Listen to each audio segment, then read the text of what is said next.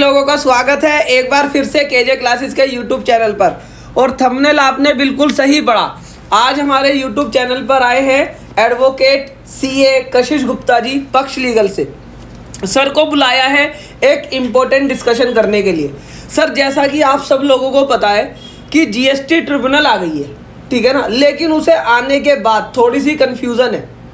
और अगर बात करें तो मद्रास में तो सुप्रीम कोर्ट में एक रिट भी फाइल हो गई है कि भाई साहब ये जो ट्रिब्यूनल के प्रोविज़न है इसमें कुछ गड़बड़ है, ठीक है ना, ये कॉन्स्टिट्यूशनली वैलिड नहीं है। लेकिन आपको दो मुद्दे के लिए बुलाया है। आप हरियाणा से हो, तो हरियाणा के अंदर इन्होंने एक बेंच दी है, ठीक है, नंबर ऑफ बेंचेस दिए 1, ठीक है, और वहाँ पर लोकेशन दी है गुरुग्राम और हिसार।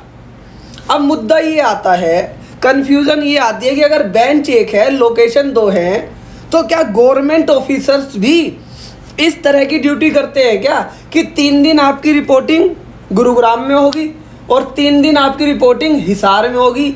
ये कैसे सिस्टम आएगा, इसके बारे में थोड़ा सा समझाइए, सेक्शन 109 को रेफरेंस में लेते हुए। सबसे पहले तो शुक्रिया मुझे इस चैनल पे बुलाने के लिए। और जो आज आपने क्वेश्चन मेरे सामने पोज किया, सबसे पहले तो इस पे डिस्कशन करने से पहले हम एक क्लैप करते हैं कि जीएसटी ट्रिब्यूनल फाइनली आ तो गया है, बिल्कुल आ गई है, अदरवाइज हम तो वेट कर रहे थे कि जिस प्रोविजन का हम वेट कर रहे थे, अब उसके लिए 2 गवर्नमेंट ऑफिसर अगर बेचारे 3-3 दिन भागेंगे या वो कुछ भी मैकेनिज्म बनाएंगे कि 2 महीने ट्रिब्यूनल यहाँ से चलेगा, 2 महीने वहाँ से चलेगा, वो एक सेकेंडरी है। देखिए, आप इसे अदरवाइज समझो कि अब उत्तर प्रदेश है, वो इंडिया में कहा जाता है कि सबसे बड़ा राज्य है। बिल्कुल ठीक है, हाँ जी। तो उसमें इन्होंने 6 या 5 कितने गिनेंगे अगर हम 5 शहर है, 5 शहर इन्होंने लिखे और 3 बेंच लिखे हैं। बिल्कुल ठीक है ना। तो अगर आप फॉर एग्जांपल सपोज करो कि आप हैं नोएडा में, जी बिल्कुल, और आपको अपने ही केस में कोई अपील फाइल करनी है और आपको लगेगा यार मुझे तो जाना पड़ेगा इलाहाबाद, तो एक बार को ऐसे कहेगा हमारा हिंदुस्तान थोड़ा इन कामों में भी बदनाम है कि डेट्स काफ़ी मिलती हैं कोर्ट बिल्कुल में। बिल्कुल डेट्स मिलती है। और अगर कोई अच्छा एडवोकेट करना है तो वो दिल्ली से जाएगा, तो उसका ट्रैवल कॉस्ट है, सब कुछ बिल्कुल। तो एक एडमिनिस्ट्रेटिव कन्वीनियंस असेसी के लिए भी है कि आपकी अपील आपके एरिया के नज़दीक ही फाइल हो। नहीं, वो तो ठीक है, मान लो मैं नोएडा से हूँ, मैं गाजियाबाद से हूँ, ठीक है ना, तो मेरी गाजियाबाद में अपील फाइल हो गई, राइट। लेकिन जब आपने यहाँ पर बेंचेस 3 बनाई है, तो ये 3 बेंच, हाँ, ये 3 बेंचेज कहाँ बैठेगी? सेक्शन 109 निकालो, पहले हम अपनी जनता को थोड़ा लो पढ़ाएंगे। चलिए सेक्शन 109 निकाल लेते हैं। ये इसका पेरेंट सेक्शन है जिसके अंदर लिखा हुआ है, और ये ना सेक्शन 109 अमेंडेड वाला सेक्शन आपको पढ़ना है जी। अब इसका सब सेक्शन 4 है जी। On the request of state ji, the government may by notification constitute such number of state benches at such places, हाँ, and with such jurisdiction as may be recommended by the G council, which shall consist of 2 judicial members, हाँ, एक technical member and technical member state। तो इसका मतलब है कि एक state bench में 4 जज होंगे जी। तो अगर इन्होंने इस नोटिफिकेशन में लिखा है कि उत्तर प्रदेश में या हरियाणा में, उत्तर प्रदेश में 3 स्टेट बेंच होंगे, तो इसका मतलब उत्तर प्रदेश में जीएसटी के मैटर्स के लिए 12 जजेस होंगे, राइट, ठीक है। फिर उन्होंने लिखा है कि हर बेंच की जुरिस्डिक्शन भी गवर्नमेंट रिकमेंड करेगी, राइट। अब फॉर एग्जांपल मान लीजिए प्रेसिडेंट बोल देता है कि लखनऊ, एक बार निकालना, क्या क्या नाम है, लखनऊ है, प्रयागराज है जी, फॉर एग्जांपल लखनऊ, वाराणसी और ये 2 जो स्टेट हैं, सॉरी सिटीज हैं, हाँ, इन दोनों की जुरिस्डिक्शन एक बेंच के पास है, लखनऊ के पास, ठीक है। मान लीजिए एक बार ऐसा है, ठीक है। गाजियाबाद की गाजियाबाद में ही है, आगरा और प्रयागराज की प्रयागराज में है, फॉर एग्जांपल ऐसा कुछ जुरिस्डिक्शन रिकमेंड हो जाता है, ठीक है। कहने का मेरा ये मतलब ये है कि बेंचेस 3 मतलब 12 तो जजेस होंगे, ठीक है, लेकिन गवर्नमेंट के ऑफिस 5 होंगे, ओके। तो उनमें मैंने कई ट्रिब्यूनल्स में ऐसा प्रैक्टिकली देखा है कि आपकी अपील तो फाइल हो गई है, लेकिन उसकी हियरिंग जाके लगेगी अगस्त में, क्योंकि जजेस अगस्त के महीने में वहाँ बैठे होंगे, ओके। अब इसमें प्रोविजन है कि सेंटर के मेंबर ट्रांसफर भी हो सकते हैं, ठीक है जी, क्योंकि आप कह रहे हो ना गवर्नमेंट ऑफिसर 2 जगह ड्यूटी नहीं कर सकता। नहीं, मतलब मुझे ऐसा सुनने में आया कि ऐसा वैसे एडमिनिस्ट्रेटिवली हो भी नहीं सकता। अगर हमें पता लगे कि कशिश गुप्ता 3 दिन बैठा है कनॉट प्लेस में, 3 दिन बैठा है चेन्नई में, तो कशिश गुप्ता खुद पागल हो जाएगा। नहीं, वो प्राइवेट में तो होता रहता है कि भाई 3 दिन तुम्हारी रिपोर्टिंग यहाँ से, 3 दिन यहाँ से।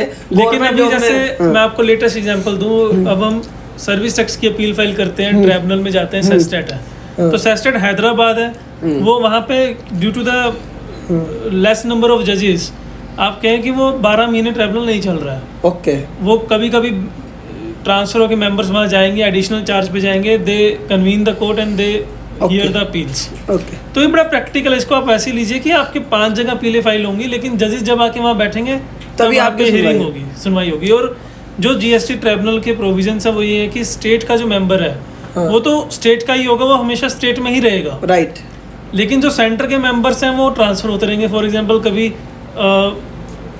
जो लखनऊ का बेंच है उसमें जो सेंटर के मेंबर्स हैं वो पता लगे कि कल को वो चेन्नई में बैठे हों, ठीक है, कोलकाता में बैठे हों, जब भी उनका ट्रांसफर हो गया, लेकिन जो स्टेट के मेंबर है वो या तो लखनऊ में रहेगा या बाकी 2 बेंच है वहाँ ट्रांसफर होगा। ठीक है, with in state he transfer होगा, विद इन स्टेट ही होगा। तो आपको इससे ऐसे नहीं करना कि अगर 6 शहर बना दिए तो 6 ही बेंच होंगे। अच्छा, इसमें ऐसा नहीं हो सकता ना सिस्टम? देखो इसमें एक चीज समझना, अब हुआ क्या कि लेट सपोज करो मेरा गाजियाबाद का केस है, तो गाजियाबाद में ही मुझे अपील करनी होगी। अब कोई व्यक्ति ये सोचे नहीं भाई मैं तो अपनी अपील प्रयागराज में कर दूंगा, नहीं, वो जुरिडिक्शन डिसाइड होगा, जुरिडिक्शन पहले गाजियाबाद वाला गाजियाबाद में नहीं, मुझे पता लगे उसका फेवरेट ऑफिसर वहां पे बैठा हो प्रयागराज में कि भाई नहीं ऐसा नहीं होगा। तो यहाँ पर इस बात को आपको समझना है कि जो जो अपील्स आपकी, अब इस बात को थोड़ा सा और समझ लेना सर, जो जो अपील अभी पेंडिंग है, अभी आपने देखा होगा कि बहुत सारे लोगों ने फर्स्ट अपील फाइल कर रखी है ऑफिसर्स के पास और उनका ना अभी तक ऑर्डर इशू नहीं हुए।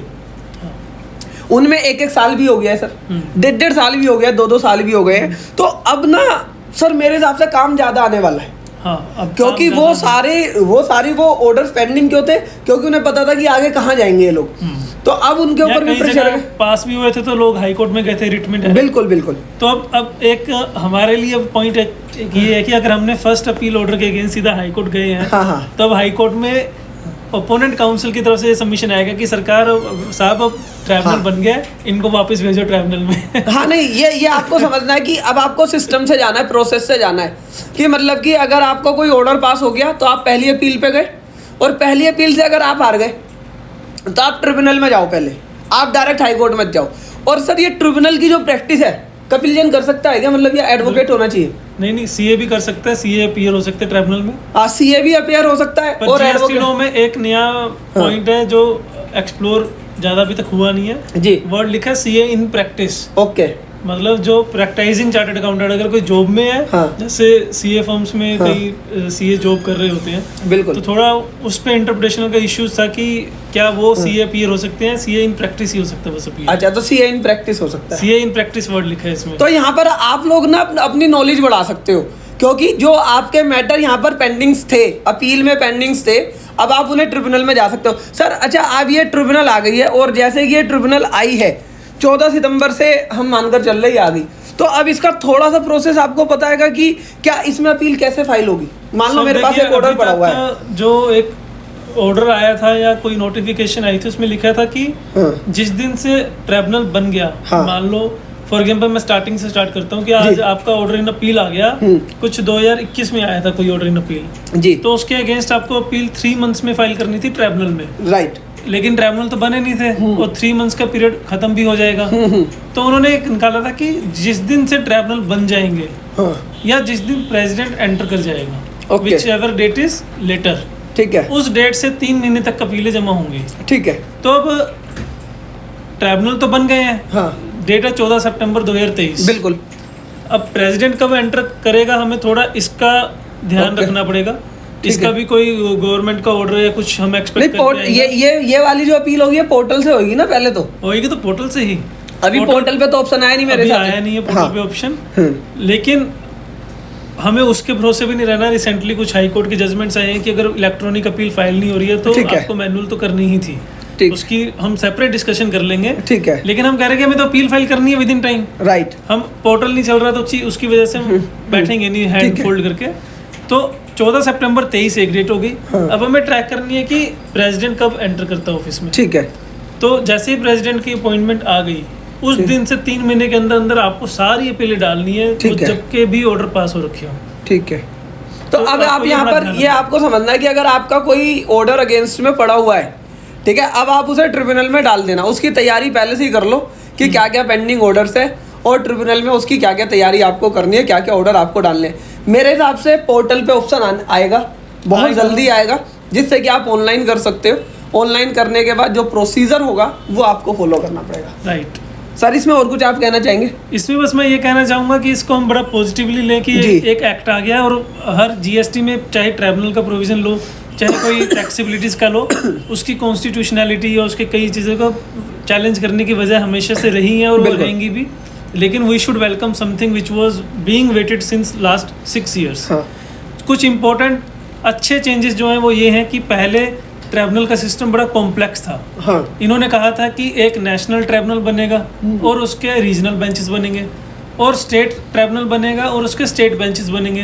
अगर आपका ऑर्डर प्लेस ऑफ सप्लाई से रिलेटेड है तो वो नेशनल बेंच में जाएगा। राइट। अगर आपका order other than place of supply से रिलेटेड है तो वो स्टेट बेंचेस में जाएगा। और ये बड़ा आपको अभी पता तो है कि ट्राइब्यूनल में अपील डालना है, कोई कंफ्यूजन नहीं है। पहले तो ये था कि ट्राइब्यूनल में अपील भी डालना है और किस ट्राइब्यूनल में डालना है और वो हायरार्की कैसे चलेगी, that was completely different. But अब काफ़ी सिंप्लीफाइड है। मतलब स्टेट मतलब हर व्यक्ति प्रैक्टिस कर सकता है ना, हर व्यक्ति प्रैक्टिस कर सकता है और इजीली कर सकता है।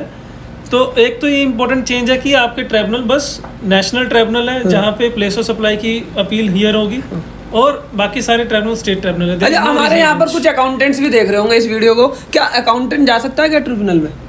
नहीं, सीए चार्टर्ड अकाउंटेंट या एडवोकेट, चार्टर्ड अकाउंटेंट या एडवोकेट जा सकता है। तो भाई अकाउंटेंट साहब आप नाराज मत हो ना, ठीक है ना, आप भी एडवोकेट बन जाओ, ठीक है ना, या आप भी चार्टर्ड अकाउंटेंट बन जाओ। और नहीं तो कशिश सर बैठे हुए हैं, ठीक है ना, आप उन्हें अप्रोच कर लेना, ठीक है। आप अपील तो खुद फाइल कर ही देते हैं ये लोग। अकाउंटेंट साहब हमारे अपील फाइल कर देते हैं, करने के लिए कोई चाहिए। हाँ बस हाँ, वो बना बनू के दे देना, वो ट्रिब्यूनल में मैं या कशिश सर चले जाएंगे, ठीक है ना, आर्ग्यू कर जाएंगे। बाकी अब स्कोप बहुत है। अब आप जो ये आपके छोटे छोटे मैटर होते थे ना, रजिस्ट्रेशन कैंसिल कर दिया, आप हाई कोर्ट जा रहे हो उसे कराने के लिए, वो सारे ना ट्रिब्यूनल लेवल पे मेरे हिसाब से शॉर्ट आउट हो जाएंगे। राइट। और मतलब कि आप ट्रिब्यूनल लेवल पे ना, ऐसा नहीं है कि बहुत बड़े वकील या बहुत बड़े सीए को अप्रोच करने की जरूरत होगी या 10 लाख का खर्चा आएगा। मेरे हिसाब से क्या ज़्यादा खर्चा भी नहीं आएगा आप लोगों का, ठीक है ना। कपिल जैन को आप दो काफी चीप रेट्स में। अरे नहीं, हम तो ऐसा करते हैं ना कि चलो ठीक है यार, कोई बात नहीं, काम होना चाहिए सामने वाले। अब हमारा तो दिल्ली पास ही में ट्रिब्यूनल, हमारे को तो कहीं जाना ही नहीं है। हमारे लिए तो गाजियाबाद भी पास है, गुड़गांव भी पास है, गाजियाबाद भी पास है। हमसे लक्की तो कोई है नहीं, 3 ट्रिब्यूनल के पास बैठे। हाँ, हम 3 ट्रिब्यूनल के पास बैठे और मतलब कि हम इस पे भी अच्छा काम करेंगे। तो आपको जो भी कंफ्यूजन है तो एक बार कमेंट बॉक्स में लिखकर बताना, हम कोशिश करेंगे कि इस पर समय समय पर आपको अपडेट करते रहे। सर, और कुछ कहना है इस वीडियो में? इस वीडियो में बस मैं यही कहूँगा कि जो अभी पॉजिटिव चेंजेस हैं, कुछ मैं आपको ये बताऊंगा कि पहले ट्राइब्यूनल की फाइट्स क्यों होती थी। पहले ये था कि जो ट्राइब्यूनल का सिस्टम था उसमें बताया गया था कि 3 जज बैठेंगे, ठीक है, जिसमें से एक टेक्निकल मेंबर होगा सेंटर का, एक टेक्निकल होगा स्टेट का और एक जुडिशियल होगा जी। तो it is very well against the Madras bar association judgement passed by honourable Madras high court, saying that कि जुडिशियल मेंबर मेजोरिटी में होना चाहिए, ठीक है, माइनॉरिटी में नहीं हो सकते। तो अब जो प्रोविजन है उसमें 2 जज बैठेंगे, एक जुडिशियल और एक टेक्निकल मेंबर, वो स्टेट का भी हो सकता है, सेंटर का भी हो सकता है, as per the composition. Second और थर्ड ये है कि पहले जब इन्होंने प्रोविजंस बनाए थे तो ये लिखा था कि एक टेक्निकल मेंबर का तो टर्म रहेगा, for example I am not remembering exactly, for example 5 years, ठीक है, और जो जुडिशियल मेंबर का टर्म है वो 3 साल का रहेगा। तो ताकि जब ट्राइब्यूनल एक जुडिशियल ट्राइब्यूनल है तो उसमें जुडिशियल वालों का वे ज्यादा होना चाहिए as compare to technical members, ठीक है। फोर्थ ये है कि टेक्निकल मेंबर की पहले जो एलिजिबिलिटी थी कि अगर किसी ने 3 साल भी काम कर लिया administration of the existing law, मतलब वैट का, सर्विस टैक्स का या जीएसटी का, ही becomes eligible to be a member, whereas tribunal is a functionality where in highly complex matters are being dealt with. तो अब उसको भी इन्होंने करेक्ट किया, अब इन्होंने उसका टर्म 25 साल कर दिया है। 3 साल का तो हो ही हो एग्जिस्टिंग लॉ में, लेकिन ओवरऑल उसका सर्विस का पीरियड 25 साल का हो, ठीक है, और उसका एक्सपीरियंस फर्स्ट अपीलेट अथॉरिटी से भी हायर हो। पहले ये नहीं था कि फर्स्ट अपीलेट अथॉरिटी से जूनियर पर्सन भाई, अगर आप कहीं से भी मैकेनिज्म में जाएंगे, फर्स्ट अपीलेट अथॉरिटी जो है वो सीनियर मेंबर ही होता है, ठीक है, डिपार्टमेंट का। लेकिन जब एक मैकेनिज्म था कि 3 साल एक्सपीरियंस एक IRS officer can become the technical member of the tribunal, तो हो सकता था कि कहीं ना कहीं फर्स्ट अपीलेट अथॉरिटी से भी जूनियर मेंबर ट्राइब्यूनल में आपको मिले। तब इन्होंने स्पेसिफिकली लिखा है मैंडेट लॉ में कि फर्स्ट अपीलेट अथॉरिटी से तो सीनियर हो। तो ऐसे करके काफ़ी शॉर्टकमिंग्स थी जो इन्होंने इस अमेंडेड एक्ट में फुलफिल की है, लेकिन फिर भी कुछ एक दो पॉइंट्स है, लेकिन उनको हम नकारेंगे पूरा। हम वेलकम करेंगे, ट्रिब्यूनल आ गया है with slightly simplified and strong provisions.